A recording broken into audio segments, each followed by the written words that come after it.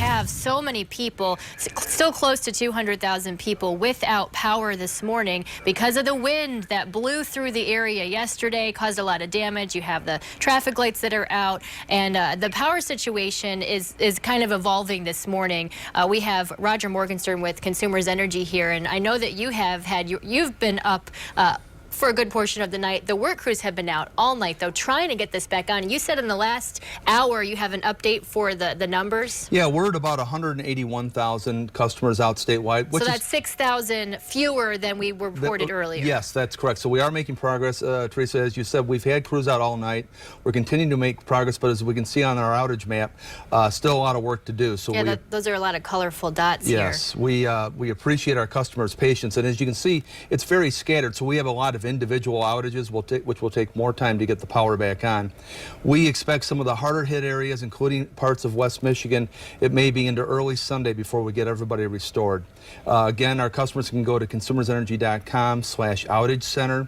They can report an outage, which they've probably already done, but they can also see the status of their outage and also get some good tips what to do in an extended outage situation. One of the big things is generator safety. We realized listening to Terry this morning, the temperatures are going to drop, and people may want to run generators. Just make sure that it's properly installed and that it is vented outside.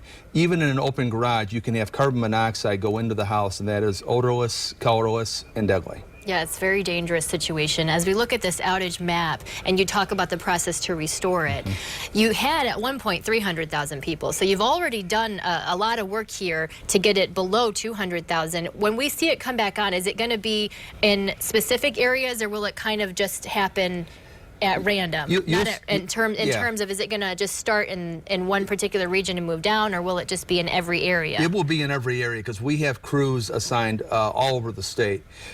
Some of the bigger areas that you see that are kind of in a brownish orange, they may be restored first. We look first and foremost at public safety and medical facilities. Obviously the media, we want to make sure they're up and running. I know we still have some radio stations running their transmitters on generators. So we look at that, and then we try to get the larger areas where we can get more customers on with relatively less work.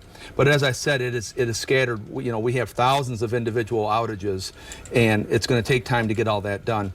We have over 2,000 people working, from our call center representatives to our line workers in the field. And they're working 16-hour shifts, and we're rotating people in and out. But I know you brought people in from out of state. We did. We brought people from Indiana, Ohio, and Kentucky that are helping us, and we're looking to see if we can get some additional help in. Thank you so much, Roger Morgenstern from Consumers, coming in this morning. Sounds like if you're in an area that has fewer people without power, it may actually take a little bit longer. So we'll just keep monitoring the situation for you, and as they get this power back on, we'll let you know what the numbers are. Casey.